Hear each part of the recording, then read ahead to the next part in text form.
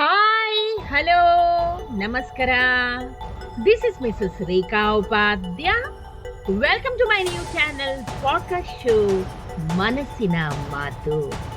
ಬನ್ನಿ ಸ್ನೇಹಿತರೆ, ಇವತ್ತಿನ ಈ ಹೊಸ ಸಂಚಿಕೆಯಲ್ಲಿ ನಾವು ಲೇಖಕಿ ಹಾಗೂ ಶಿಕ್ಷಕಿಯಾದಂತಹ ಶ್ರೀಮತಿ ಪ್ರಜ್ವಲಾ ಶೆಣೈ ಕಾರ್ಕಳ ಇವರು ಬರೆದಿರುವಂತಹ ಒಂದು ಸುಂದರವಾದ ಹಾಗೂ ಅದ್ಭುತವಾದ ಲೇಖನ ನಿನ್ನ ನೀ ಪ್ರೀತಿಸು. ಇದರ ಸಲುವಾಗಿ ಕೆಲವೊಂದಿಷ್ಟು ಮಹತ್ವಪೂರ್ಣವಾದ ಅಂಶಗಳನ್ನ ಇವತ್ತಿನ ಈ ಸಂಚಿಕೆ ಮೂಲಕ ಕೇಳಿ ಆನಂದಿಸೋಣ ಹಾಗೂ ಕಲ್ತ್ಕೊಳ್ಳೋಣ. ಸ್ನೇಹಿತರೆ, ಜೀವನದ ಪ್ರತಿಯೊಂದು ಹಂತದಲ್ಲೂ ಒಂದಲ್ಲ ಒಂದು ಅಡೆತಡೆಗಳನ್ನ ನಾವು ದಿನನಿತ್ಯ ಕಾಣ್ತಾ ಇರ್ತೀವಿ. ಈ ಕಾಲವೆಂಬ ಕ್ಷಣಿಕ ಮಾಂತ್ರಿಕನ ಜೊತೆಗೆ ಕಳೆಯುವಂತಹ ಪ್ರತಿ ಕ್ಷಣ ಗಳಿಗೆ ಅದೆಷ್ಟು ಬೇಗ ನಮ್ಮಿಂದ ಸರಿದು ದೂರ ಸಾಗುತ್ತೆ. ಕಳೆದು ಹೋದ ಕಾಲ ಮತ್ತೆ ಬಾರದು ಎಂಬ ಸತ್ಯ ಅರಿವಾಗುವುದರ ಒಳಗಾಗಿ ನಮ್ಮನ್ನು ನಾವು ಪ್ರೀತಿಸೋದನ್ನೇ ಮರೆತು ಬಿಡ್ತೀವಿ. ನಮ್ಮ ಸಮಯ, ಪ್ರೀತಿ, ಕಾಳಜಿಯನ್ನು ನಾವು ಅತಿಯಾಗಿ ಪ್ರೀತಿಸುವ ಜೀವಕ್ಕೆ ಮೀಸಲಾಗಿರ್ತೀವಿ. ಯಾರಿಗಾಗಿ ಬದುಕು? ಹೀಗೊಂದು ಸಾಮಾನ್ಯ ಪ್ರಶ್ನೆ ನಮ್ಮನ್ನು ನಾವು ಕೇಳಿಕೊಂಡಾಗ ಒಬ್ಬೊಬ್ಬರಿಂದ ಒಂದೊಂದು ಉತ್ತರವನ್ನ ನಿರೀಕ್ಷಿಸಬಹುದು. ತನ್ನ ಪತಿಗಾಗಿ, ಮಕ್ಕಳಿಗಾಗಿ, ತನ್ನ ತಂದೆ ತಾಯಿಯಂದರಿಗಾಗಿ, ಹೀಗೆ ಹಲವಾರು ಉತ್ತರ ಬರುತ್ತೆ. ಜೀವನದ ಮುಸ್ಸಂಜೆ ಬರುವವರೆಗೂ ತನಗಾಗಿ ತಾನು ಬದುಕಬೇಕು ಎಂಬುದು ಅರಿವಾಗೋದೇ ಇಲ್ಲ ಸ್ನೇಹಿತರೆ. ಕಾಲದೊಂದಿಗೆ ಬದಲಾಗುವ ಆದ್ಯತೆಗಳು. ಒಂದು ಪುಟ್ಟ ಮಗುವನ್ನ ನಿನ್ಗೆ ಯಾರು ಇಷ್ಟ ಅಂತ ಕೇಳಿದ್ರೆ ಮಗು ಹೇಳುತ್ತೆ ಅಪ್ಪ ಅಮ್ಮ ಅಂತ. ಮುಂದೆ ದೊಡ್ಡವರಾಗಿ ತನ್ನ ಜೀವನ ಕಟ್ಟಿಕೊಂಡ ಬಳಿಕ ಇದೇ ಪ್ರಶ್ನೆಯನ್ನ ಕೇಳಿದ್ರೆ ಆಗ ಉತ್ತರ ಬದಲಾಗಬಹುದು. ಆ ಸ್ಥಾನ ಬೇರೊಬ್ಬರ ಪಾಲಾಗುತ್ತೆ. ತನ್ನ ಪತಿ, ತನ್ನ ಮಗು ಅನ್ನೋ ಉತ್ತರ. ನಮ್ಮ ಪ್ರೀತಿ, ನಮ್ಮ ಆದ್ಯತೆಗಳು, ನಮ್ಮ ನಿರೀಕ್ಷೆಗಳು, ನಮ್ಮ ಆಯ್ಕೆಗಳು ಆಗಾಗ ಬದಲಾಗುವ ಪಾತ್ರಗಳು ಸ್ನೇಹಿತರೆ.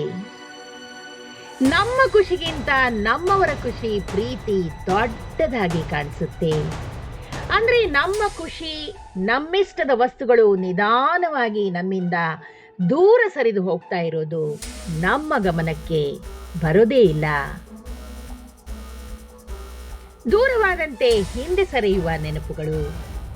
ಸಮಯ ಹಾಗೂ ಪರಿಸ್ಥಿತಿಗಳಿಗೆ ಅನುಗುಣವಾಗಿ ನಮ್ಮ ಜೀವನದಲ್ಲಿ ನಮ್ಮ ಇಷ್ಟದ ವಸ್ತುಗಳು ಹೇಗೆ ಮೂಲೆ ಸೇರುತ್ತೆ ಅನ್ನೋದಕ್ಕೆ ಹೀಗೊಂದು ಪುಟ್ಟ ಹುಡುಗನ ಕತೆ ನೆನಪಾಗುತ್ತೆ. ಆತನಿಗೆ ಕ್ಯಾಮ್ರಾ ಅಂದ್ರೆ ಅಚ್ಚುಮೆಚ್ಚು. ತನ್ನ ಎದುರೇ ಕಾಣುವಂತೆ ಮೇಜಿನ ಮೇಲೆ ಇರಿಸಿ ದಿನಕ್ಕೆ 10 ಬಾರಿ ಅದನ್ನ ಸವರಿ ಕೆಲವೊಂದಿಷ್ಟು ಫೋಟೋಗಳನ್ನ ತೆಗೆದು ಅದನ್ನ ನೋಡೋದೇ ಒಂದು ರೀತಿಯ ಖುಷಿ ಕೊಡ್ತಿತ್ತು. ಹೀಗೆ ದಿನ ಕಳೆದಂತೆ ಆ ಕ್ಯಾಮ್ರಾ ಬಹಳ ಆಪ್ತವಾಯಿತು. ಅದೇ ಜಗತ್ತಾಯಿತು. ಕೆಲವು ವರ್ಷಗಳ ಬಳಿಕ ಆತನಿಗೆ ಮದುವೆ ಕೂಡ ಆಯಿತು. ತನ್ನ ಕ್ಯಾಮ್ರಾ ಇಡೋ ಜಾಗ ಪತ್ನಿಯ ಅಲಂಕಾರಿಕ ವಸ್ತುಗಳನ್ನು ಇಡುವಂತಹ ತಾಣವೂ ಆಯಿತು. ನಿಧಾನವಾಗಿ ಕ್ಯಾಮ್ರಾ ಕಪಾಟಿನ ಒಂದು ಮೂಲೆಯನ್ನ ಸೇರ್ಕೊಂಡಿತು. ತನ್ನ ಮೊದಲ ಆಯ್ಕೆ ಕೂಡ ಬದಲಾಯಿತು. ಇನ್ನಷ್ಟು ದಿನಗಳ ಬಳಿಕ ತನ್ನ ಮಕ್ಕಳ ಆಟಿಕೆ, ಬಟ್ಟೆಗಳು ಆ ಜಾಗವನ್ನು ಆಕ್ರಮಿಸಿ ಕಪಾಟಿನ ಮೂಲೆಯಲ್ಲಿರೋ ಕ್ಯಾಮ್ರಾ ಈಗ ಪೆಟ್ಟಿಗೆ ಸೇರಿ ಅಟ್ಟವನ್ನು ಸೇರಿತು. ಆದ್ಯತೆಗಳು ಮತ್ತೆ ಬದಲಾಯಿತು. ನನ್ನ ಇಷ್ಟವಾದ ಅಪ್ಪ ಅಮ್ಮನ ಹೆಸರು ಈಗ ಬದಲಾಗಿ ಪತ್ನಿ, ಮಕ್ಕಳಿಗಾಗಿ ಅಂತ ಬದಲಾಯಿತು. ತನ್ನ ಅತ್ಯಂತ ಆಪ್ತವಾದ ಕ್ಯಾಮರಾ ಸದ್ದಿಲ್ಲದೆ ಮೂಲೆ ಸೇರಿತು. ಇದು ಕೇವಲ ಈ ಹುಡುಗನೊಬ್ಬನ ಕಥೆಯಲ್ಲ ಸ್ನೇಹಿತರೆ, ನಮ್ಮ ನಿಮ್ಮ ಜೀವನದ ಕಥೆಯೂ ಹೌದು. ಪ್ರತಿಯೊಬ್ಬರ ಬದುಕಿನ ನಿತ್ಯ ಸತ್ಯವೂ ಹೌದು. ನಮ್ಮ ಇಷ್ಟದ ವ್ಯಕ್ತಿ, ವಸ್ತು ನಿಧಾನವಾಗಿ ದೂರವಾಗುತ್ತೆ. ಇವತ್ತು ಯಾರು ನಮ್ಮ ಜೊತೆಗಿದ್ದಾರೆ ಅಂತ ಅನ್ಕೊಳ್ತೀವೋ ನಾಳೆ ಅದು ಬದಲಾಗಲೂಬಹುದು. ಈ ಕ್ಷಣ, ಈ ದಿನ ಬದಲಾಗುವ ಗಡಿಯಾರದ ಮುಳ್ಳಿನಂತೆ, ತಿರುವು ಹಾಕುವ ಕ್ಯಾಲೆಂಡರ್ನ ಹಾಳೆಗಳಂತೆ. ಬದಲಾವಣೆಗೆ ನಾವು ಒಗ್ಗಿಕೊಳ್ಬೇಕು ಅಥವಾ ನಾವೇ ಬದಲಾಗಬೇಕು. ಕಾಲ ಸರಿದಂತೆ ಆದ್ಯತೆಗಳು ಆಯ್ಕೆಗಳಾಗಿ ಬದಲಾಗಬಹುದು. ಹೀಗಾಗಿ ಮೊದಲು ನಮ್ಮನ್ನು ನಾವು ಪ್ರೀತಿಸಲು ಕಲಿಬೇಕು. ಮುಂದೆ ಯಾರ ಮುಂದೆಯೂ ಕೈ ಚಾಚದೇ ಇರಲು, ನಮ್ಮ ಭವಿಷ್ಯಕ್ಕಾಗಿ ಕೂಡಿಡಲು ಕಲ್ತ್ಕೊಳ್ಬೇಕು ಸ್ನೇಹಿತರೆ. ನಮಗಾಗಿ ನಾವು.